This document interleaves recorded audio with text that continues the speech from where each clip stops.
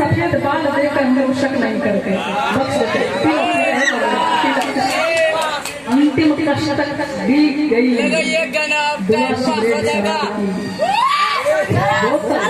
खाली ही गई बार बार जाना। और अभी सुन रहे हैं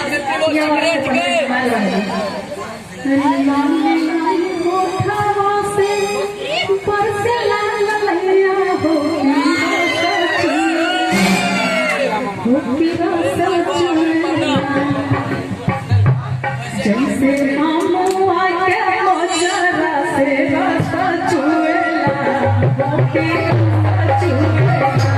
जैसे मामुआ के मोजरा से रास्ता चुएला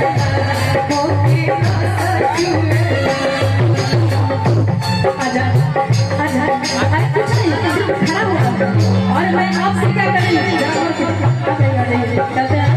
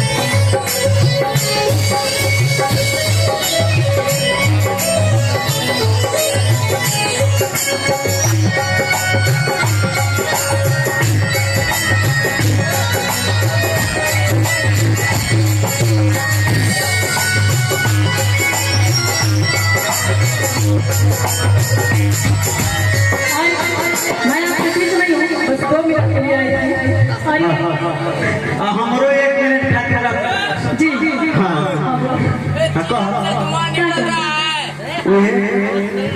देखिए अभी पता नहीं मिश्र बन के आई मारा। अच्छा मिश्र बन के आई मारा और मैं लड़का नहीं रही हूँ इनसे पूछ रही हूँ। पूछ लीजिए। मुझे तो गुनगुनाने आता नहीं है गाने आता नहीं है सभी दोस्तों का लाड़ प्यार से मैं 2 लाइन गा रही हूँ और मैं इनसे पूछ रही हूँ जी जी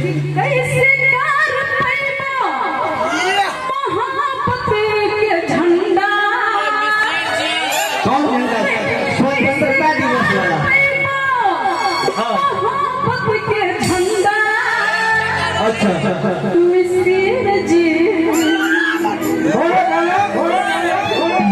मिसिर जी तू तो बार बार मिसिर जी तू तो बार बार ठंडा कैसे कर पई मोहब्बत के ठंडा कैसे कर पई मोहब्बत के ठंडा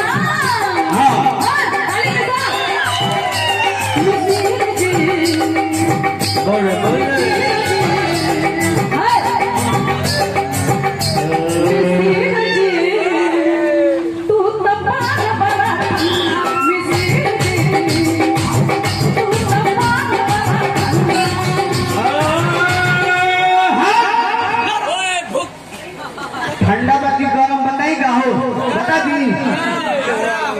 अरे जौनी चैलेंज करो जवानी के और प्यार में पानी करेंट हो अब तोहरा जैसन आइटम के तना अब जवले पानी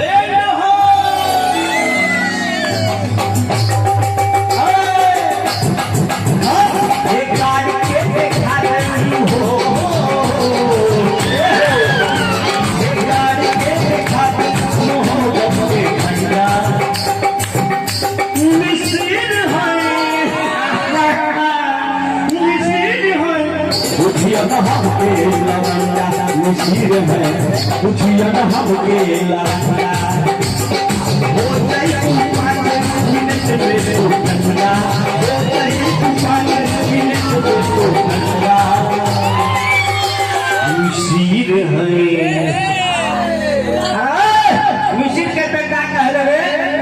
नीसीर है बुझिया हमके लौंडा नीसीर है बुझिया हमके लौंडा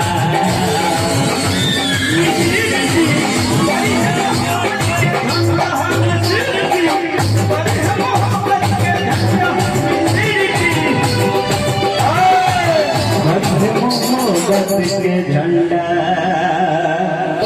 जोरदार ताली का आशीर्वाद चाहूंगा सभी से।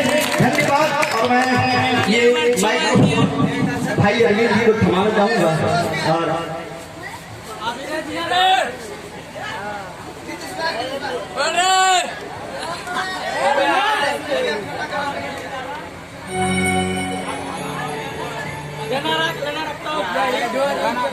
भाई जसीर जी ने इतना ठंडा कर दिया कि पूरा माहौल ही ठंडा हो गया। ठंडा हो जाएगा।